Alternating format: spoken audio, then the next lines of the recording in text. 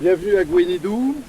C'est un archéologue de la Société archéologique qui a fouillé ici, Michael Batt. Début des fouilles en 1969, arrêt des fouilles en 1985 sur un habitat rural. À Gouénidou, on a un village. Il faut imaginer que ce que vous voyez ici, c'est-à-dire ce bloc de 3 maisons, maison d'habitation au fond, probablement encore une maison d'habitation ici et une autre là, mais c'est moins évident. On ne sait pas exactement à quoi servaient ces 2 bâtiments-là. Celui-là, par contre, clairement, c'est une maison d'habitation.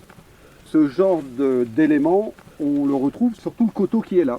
L'occupation du village se place entre le XIIe et le XIVe siècle. Et on est dans un habitat planifié. Il y a un seigneur qui a suffisamment les moyens d'offrir une terre à des paysans en surnombre, de leur donner un journal de terre. Un journal, c'est 5000 mètres carrés. Sachant qu'au Moyen-Âge, pour vivre, une ferme doit faire 10 journaux de terre, 5 hectares. Le seigneur, c'est l'abbé du Relecq. Ça, on le sait parce que au XVIIe, XVIIIe siècle, on a des aveux rendus au seigneur et le lieu-dit de Gouénidou rend aveu à l'abbaye du Relecq. Vous avez peut-être remarqué quand on venait sur la route, il y avait un double panneau.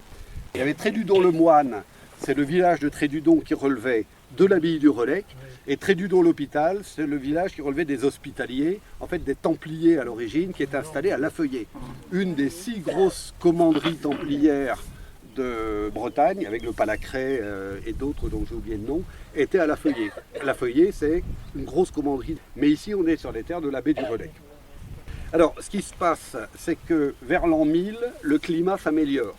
La population se met à augmenter et elle défriche. Et donc la population augmente et elle culmine en nombre dans les années 1250-1300.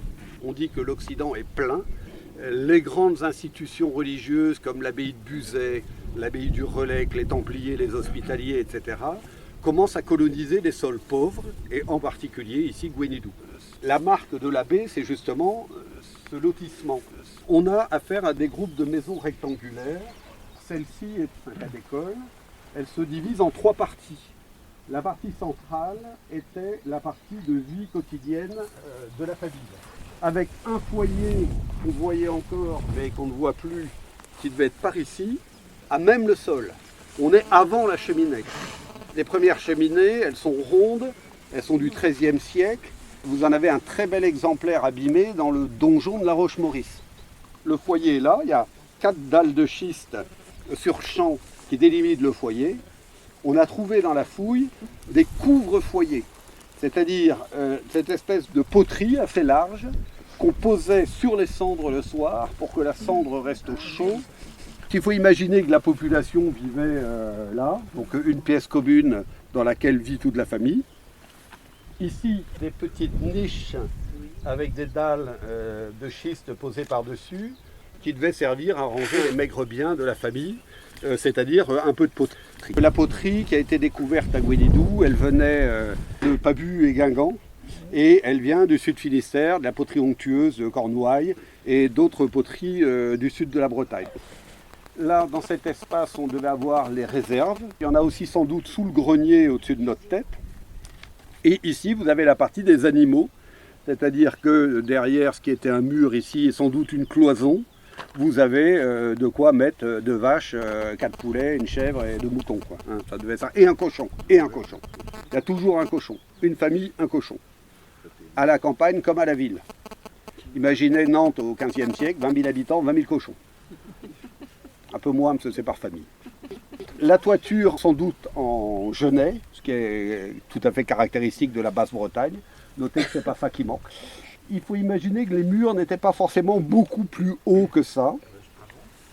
Il y avait une toiture qui tombait, qui partait de très haut pour descendre très bas, qui devait sans doute descendre même quasiment, peut-être pas au niveau du sol, mais pas loin.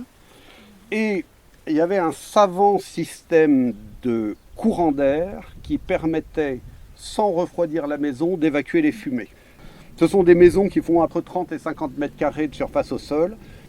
Le mobilier trouvé ici est très pauvre. On n'a pas trouvé de monnaie. Ici, les échanges devaient se faire sur la base du troc, sans doute. Donc je vous ai dit, on a trouvé quelques récipients en terre cuite, des couvre-feux dont je vous ai parlé tout à l'heure, quelques fragments de meule à grains, et on a aussi trouvé un mortier, ça peut aussi être une mesure à grains. Vous pouvez en voir de très jolies, encore conservées, au pied du Présidial à Guerlesquin.